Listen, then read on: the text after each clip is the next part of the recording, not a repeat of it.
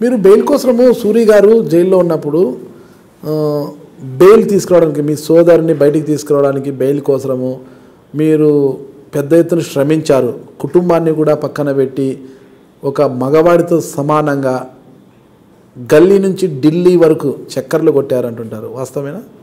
100% వాస్తవేనండి. ఎందుకంత ఇది కాదు, ఎందుకంటే అది చాలా సందర్భాల్లో చాలా స్టేజెస్లో ఆగిపోయింది అనమాట. తినని రిలీజ్ చేయాలంటే 120B సెక్షన్ అనేది ఒకటి అడ్డొస్తుండింది. తినతో పాటు ఆ సెక్షన్ కింద తిని రిలీజ్ కావాలంటే తినతో పాటు ఉన్న నక్సలైట్స్ అంతా రిలీజ్ అవుతారు అని చెప్పేసి అది ఆగిపోయింది అనమాట. అది ఆగిపోయిన దాన్ని ఏ స్టేజ్లో ఆగిపోయింది, ఎక్కడికి వెళ్తే అది దాన్ని ఫార్వర్డ్ చేయొచ్చు అని చెప్పేసి ప్రతి చోట ప్రతి డిపార్ట్మెంట్ దగ్గర అడిగి క్లియర్ చేసుకోవడానికి. ఇప్పుడు మీరు సూరి గారి చెల్లెలే కావచ్చు, మీకు పెళ్ళైన తర్వాత ఒకరు వైఫ్, మీరు మీ ఇంటి పేరు మారిపోయింది, ఓకేనా? మీ ఇంటి పేరు ఇప్పుడు గంగుల పక్కన వెళ్ళండి, ఇంటి కోనకి వెళ్ళిపోయారు మీరు. గంగుల నుంచి కోనకి వెళ్ళిపోయారు అంటే మీ సంసారము, మీరు, మీ హస్బెండ్, మీ కొడుకు ఇలా ఉండిపోతుంది. బట్ అయితే ఇక్కడ వచ్చేసి గంగుల ఉంది అంటే అప్పుడు మీరు తిరుగుతుంటే మీ వదిన ఏం చేస్తున్నారు? మీ వదిన తిరగలేదు అలా? తను కూడా ఉన్నారు అంటే తనకి అంటే అంత పెద్ద అవగాహన లేకపోయేది అనమాట. పెద్ద ఆయనతో అంటే పెద్ద ఆయన దగ్గర వెళ్ళి మాట్లాడేకి మనకి మ్యాక్సిమం 1 minute కన్నా ఎక్కువ ఉండదు, టైం ఇవ్వరు అనమాట అక్కడ. అట్లా ఆయన ఇట్లా వచ్చి ఇట్లా పాస్ అయ్యి వెళ్ళిపోతారు. ఆయన అట్లా పాస్ అయ్యేలోపే మనకేమున్నా సమస్యలు ఆయన దృష్టికి తీసుకెళ్ళాలన్నమాట. ఎక్స్ప్రెస్ చేసే దాంట్లో కొంచెం తనకి లాంగ్వేజ్ ప్రాబ్లమ్ అయ్యి అట్లా ఇబ్బంది అవుతుందని నేను ఎక్కువ తోడుగా వెళ్ళి. అంటే లాంగ్వేజ్ ప్రాబ్లమ్ అని కాదు, కొంచెం ఎక్స్ప్రెసివ్గా ఉండాలి కదా అక్కడ టైము అవన్నీ అన్నట్టు.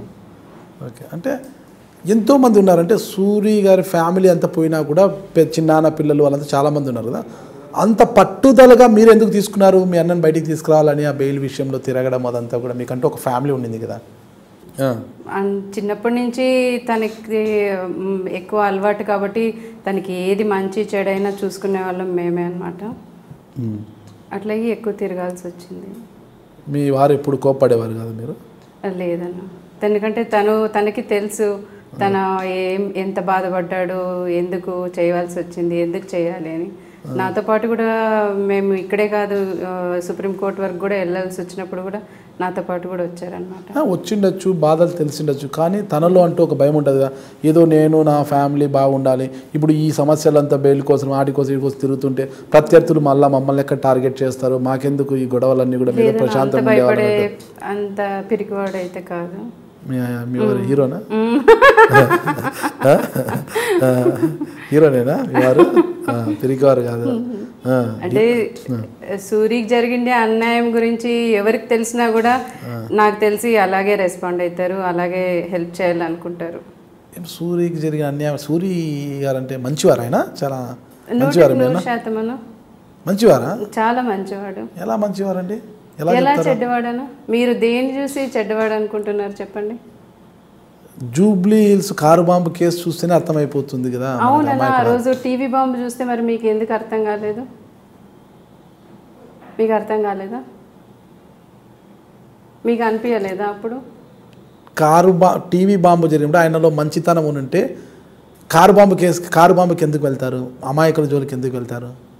అది అమాయకులకి టార్గెట్ చేసిండేది కాదన్నా. అది అంటే టీవీ బాంబుతో మీ అన్న మారారు అంటారా? అవునన్నా. ఎలా? ఇప్పుడు పెద్దనాన్న చనిపోయిన తర్వాత కొద్దిగా మర్చిపోతున్న తరుణంలో తర్వాత ఈ టీవీ బాంబు అనేది జరిగింది. ఆ టీవీ బాంబులో మొత్తం కోల్పోయాడు, పెద్దమ్మని, అమ్మని, అక్కని, తమ్ముడిని అంతా. ఆ కోల్పోయిన తర్వాత తనలో ఉన్న అంత క్రుయాలిటీ అంతా బయటకు వచ్చేసింది. దానికి ముందు ఎంత మంచివాడు అంటే ఇంకా అవి మాటల్లో చెప్పలేనంత మంచివాడు. ఇలా కళ్ళ ముందుట జరిగేసరికి ఇలా కావాల్సి వచ్చింది. ఆ టీవీ బాంబ్ ఇన్సిడెంటే మొత్తం కారణం ఇలా తయారవ్వడానికి. మొత్తం ఒక రాక్షసునిలా రాక్షసునిలా తయారు చేసింది. అక్కడ నుంచి అలా అలా సాగుతూ పోయింది అనమాట.